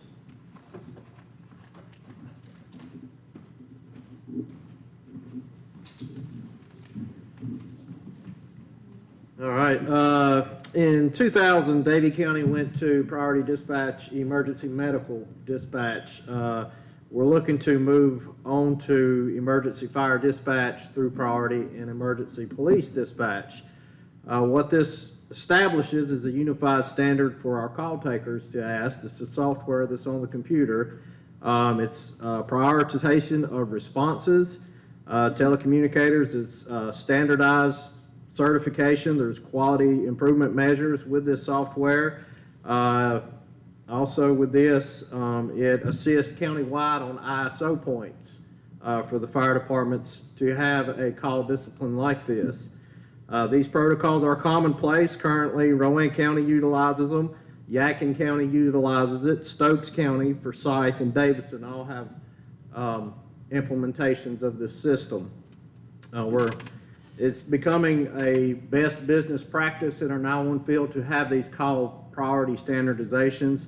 The sheriff and I have discussed these. He would like the standards put on the law enforcement side. It gives kind of our dispatchers a standard of asking questions as far as getting the right response to the citizens when they call. I agree with that. I think the days when I first came here, I'll just talk to you for a second, if you don't mind. Please. The days when I first came here, back when you were dispatching and they sent you to Greasy Corner down there where the tree caught on fire, that doesn't work anymore. And the liability issues on Rodney, on my folks, the public outcry about how dispatchers are doing things, how law enforcement is responding, this gives you that set standard. And it's a product they have already been using on the EMS side. It just extends it to law enforcement, and the fire service is what they want to do. And So- this software can be implemented in stages. For example, if we get it, once we get it, we can meet with the sheriff and get the police protocol standardized. Then after that, once we get certified in those, then we'll work with the fire dispatch and incorporate the fire department's opinions in their standardization of dispatch. It does have a standardization, but it's flexible enough for the individual departments to still maintain their independence is what they want to determine for call response. So, as with the EMD, once you start the process, you cannot stop. You continue, correct?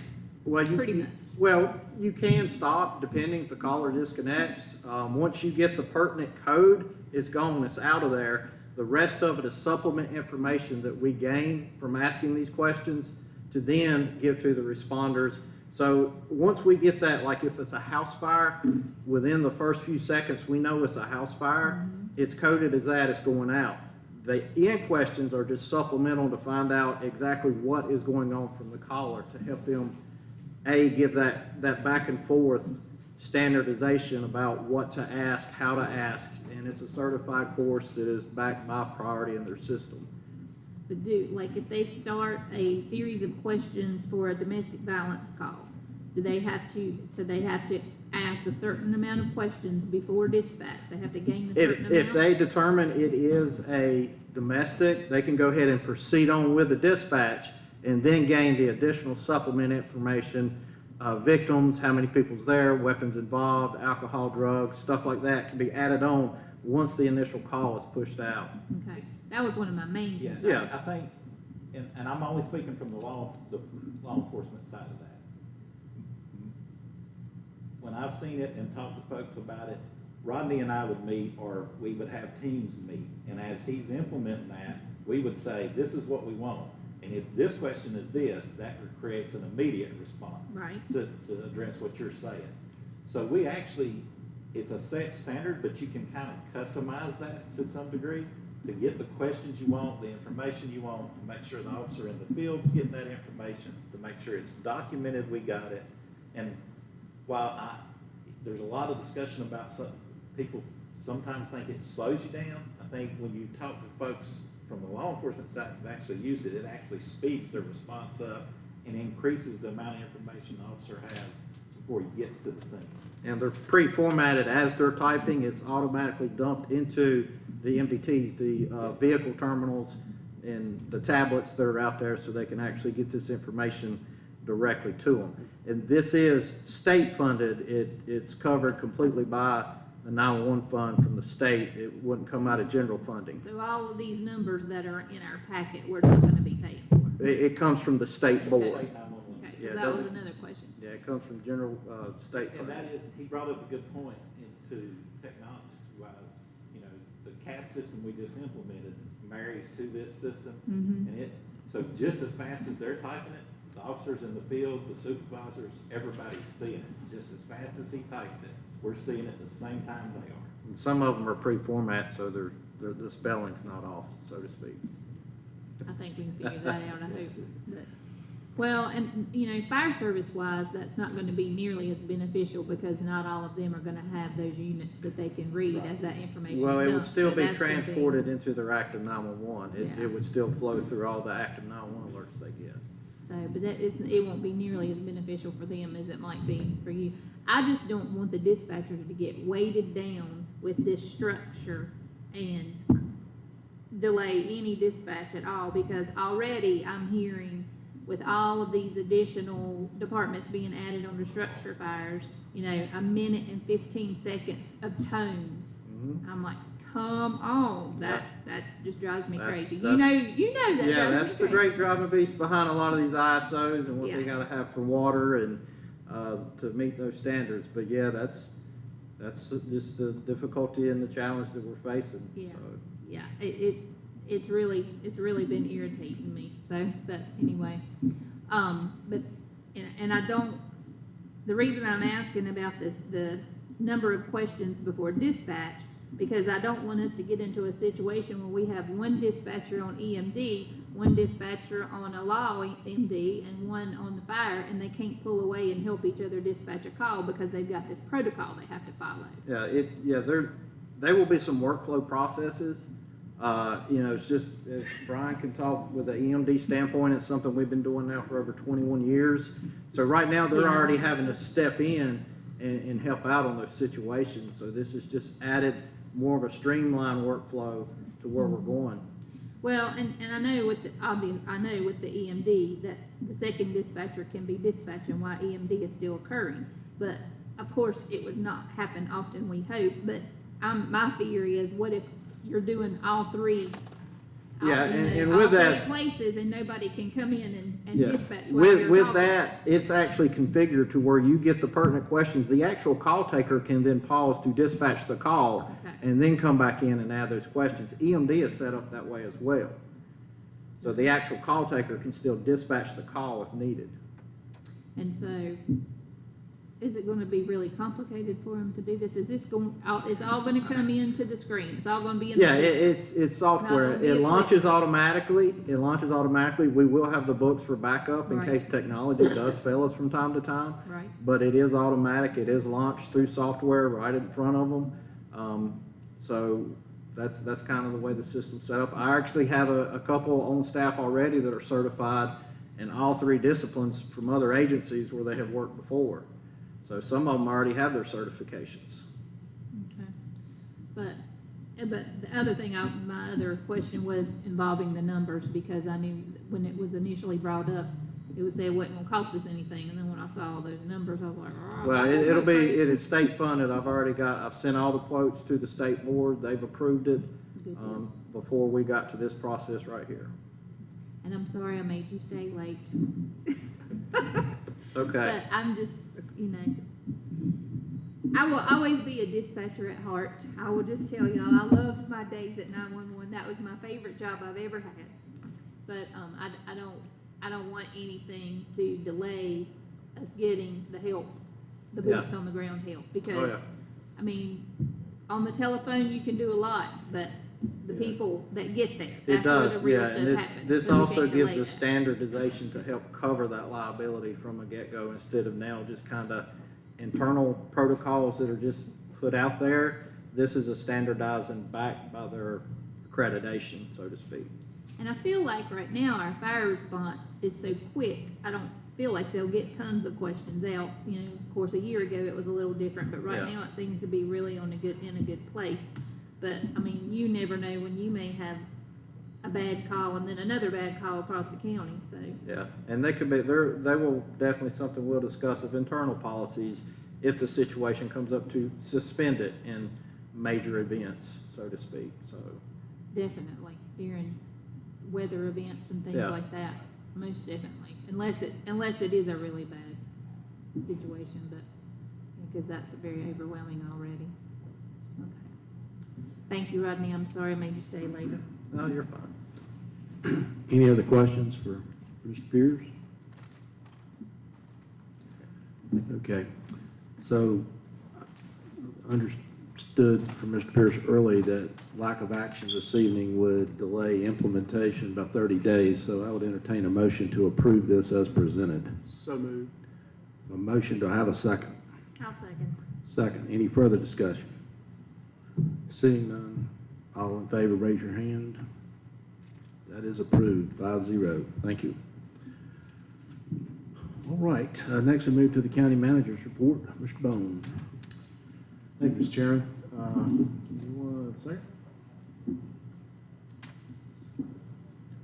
So first of all, I just want to mention that Davie County continues to perform well with the COVID vaccinations. According to the COVID dashboard, as of today, 39.1% of the Davie County population has received at least a first vaccine dose through our North Carolina providers and the federal pharmacy program. So that's a good number. 33.7% of the population is fully vaccinated. So the state averages are 39.3% for partially vaccinated and 32.8% for full vaccinations. So we're ahead of the state average on full vaccinations. As of April 29th, Davie County is now a yellow county in North Carolina's county alert system. The county alert system gives individuals a tool to understand how their county is faring, to make decisions about actions to take to slow the spread of the virus. So as a yellow county, we have a case rate between 20 and 100 new cases per capita in 14 days, with at least 21 cases in 14 days.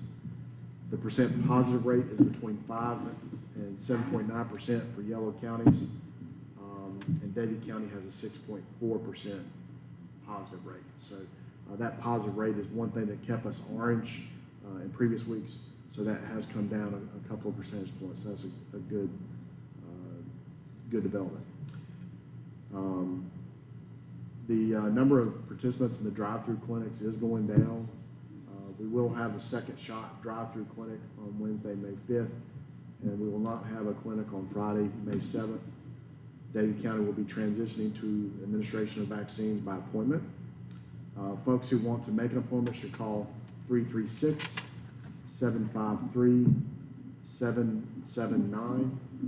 Again, 336-753-6779. As of today, Davie County had 4,055 total lab confirmed COVID cases, 70 active cases, 1 current hospitalization, and 51 deaths. Let's see. Davie County continues to have ongoing discussions with Cardinal Innovations. It's about its plan of actions and issues and progress in service delivery. County staff recently learned that Justin Malone will be our liaison between Cardinal and Davie County Social Services. So this liaison will participate in consultations regarding children who are involved with Child Protective Services or in-home services. The state of North Carolina is continuing to transition to a managed care model for Medicaid. We heard a little bit about that earlier today. Open enrollment runs until May 14th. Medicaid members on the standard plan who do not go through open enrollment will be assigned to one of 4 managed care providers. The North Carolina Medicaid enrollment website will assist beneficiaries in choosing a primary care provider and a health plan for their family's care. The North Carolina Medicaid Enrollment Center can be called at 833-870-5500. Again, 833-870-5500. Health and Human Services Director Suzanne Wright reports that HHS has received a grant award of $108,000 from the Community Health Program. This grant was submitted in partnership with Contegra, which is a federally qualified health center, or FQHC. The grant will help fund HHS's planned adult primary care and pharmacy programs. As you recall, the Community Paramedic Program began as a partnership between EMS and HHS last year. The initial grant-funded focus was to respond to opioid abuse patients. The team visited patients and families to provide wellness checks and to provide treatment resources. The program has now been expanded, and staff members are making home visits for many different health issues. The Board of Equalization and Review adjourned April 27th. As per North Carolina General Statute, the adjournment closes the appeal process for new real property appeals for 2021. The Board of E&R will continue to meet to hear citizens' appeals that were filed prior to the adjournment date of April 27th. And staff is currently working on that. Davie County recently received notification about a EDA fiber optic grant for Yadtel. Very excited about that. The award includes approximately $1.9 million in grant funding from the federal government for that. The total estimated cost of the project is over $2.4 million. The proposed scope of work for this project involves the expansion of Yadtel's existing fiber network into geographically non-contiguous communities that lack access to high-speed broadband services. The project involves the installation of over 100 miles of fiber optic cable. So very excited about that.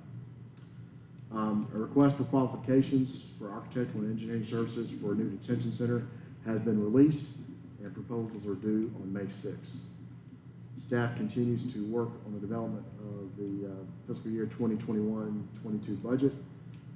We are planning briefings on the draft budget for commissioners, and a public hearing on the proposed budget will be held at the June 7th Board of Commissioners meeting. That's all, Mr. Chairman. Thank you for that. Does anyone have any questions for Mr. Bone? All right.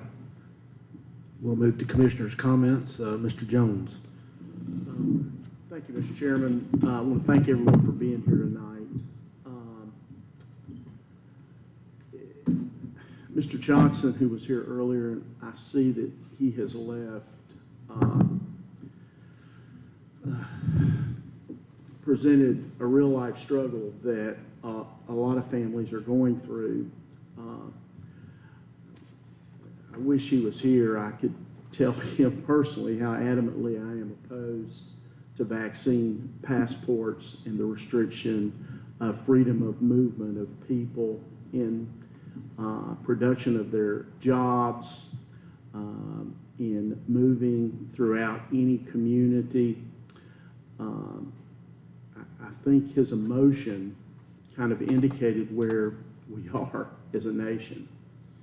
I like to say this, Mr. Chairman, I'm not going to do it tonight, but it is time to begin the process to open Davie County. Henderson County did pass a change, and I would like to request that staff county attorney, Stacy, whoever it is, get a copy of the Henderson County resolution that was passed by their commissioners at their last meeting. I have full intention to bring a comparable motion next month if the governor does not relax further movement and freedom for the people of this state. I'm not responsible for any other county, but we are responsible for Davie County, and it's time to get Davie County moving again. All I can do is pray for Mr. Johnson or Matt and his family in regards to his job, but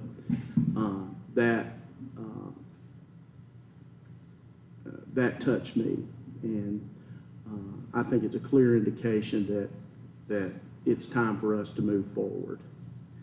I want to thank our staff. I mean, just the amount of work that's gone into about a half a dozen things that have been brought before us tonight is immense. And I want to thank you for everything you do. Every day you commit yourself to this county. Teacher appreciation is coming up, if it's not already here. Thank you to our teachers, to our Little League coaches, to our law enforcement folks, all of our EMS folks that have been represented, our fire here tonight. This is truly, in my opinion, the greatest place on the face of this earth to raise a family. And I thank each and every one of you for what you do to make it this kind of community. And so, Mr. Chairman, I appreciate you. Thank you. Thank you. Ms. Finney. Thank you, Mr. Chairman. I just again want to congratulate Steve Fry. I'm so proud of him. He's a great dispatcher, y'all. We're really going to miss him. It's going to be a different world without his voice on the radio.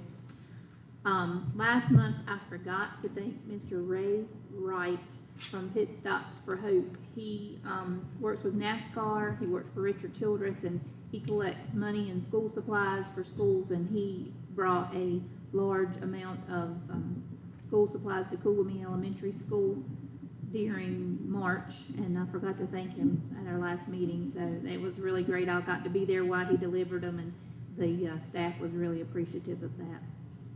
On April the 10th, our fire departments participated in their water haul testing. Mr. Bone and myself and Kim Harris were there, and I just want to give a huge shout out to Kim Harris because she got up on a Saturday. She doesn't have to work on Saturday, and went and got biscuits and juice and all for the participants of the testing, and we served them breakfast and sent them out with a little treat, and it's just amazing to watch that whole process because it's a whole parking lot full of fire trucks, and I think we're going to have a presentation about that later, maybe from Cameron. So we're waiting to hear the results of that, and in the meantime, our fire departments are working on their individual ISO rating testing, and that is a big deal. These guys have been practicing and working and cleaning, and a lot of the departments were even out yesterday on Sunday afternoon away from their families working on this, and they do that for us. So I would just appreciate them so very much. This is Teacher Appreciation Week, School Lunch Worker Appreciation Week, and Detention Officer Appreciation Week. And we often overlook that part of our law enforcement community, and I just want to tell them thank you because I know they have a lot that they have to be responsible for and a lot that they tolerate. So that's all I have. Thank you all for coming. All right. Mr. Poindexter. I'd like to say thanks, congratulations to Steve Fry as well. I've known him since he was born. I sort of say all my life, but that wasn't the case. All his life, that's correct. Wonderful guy. Yeah. And comes from a good family too. They're absolutely terrific people.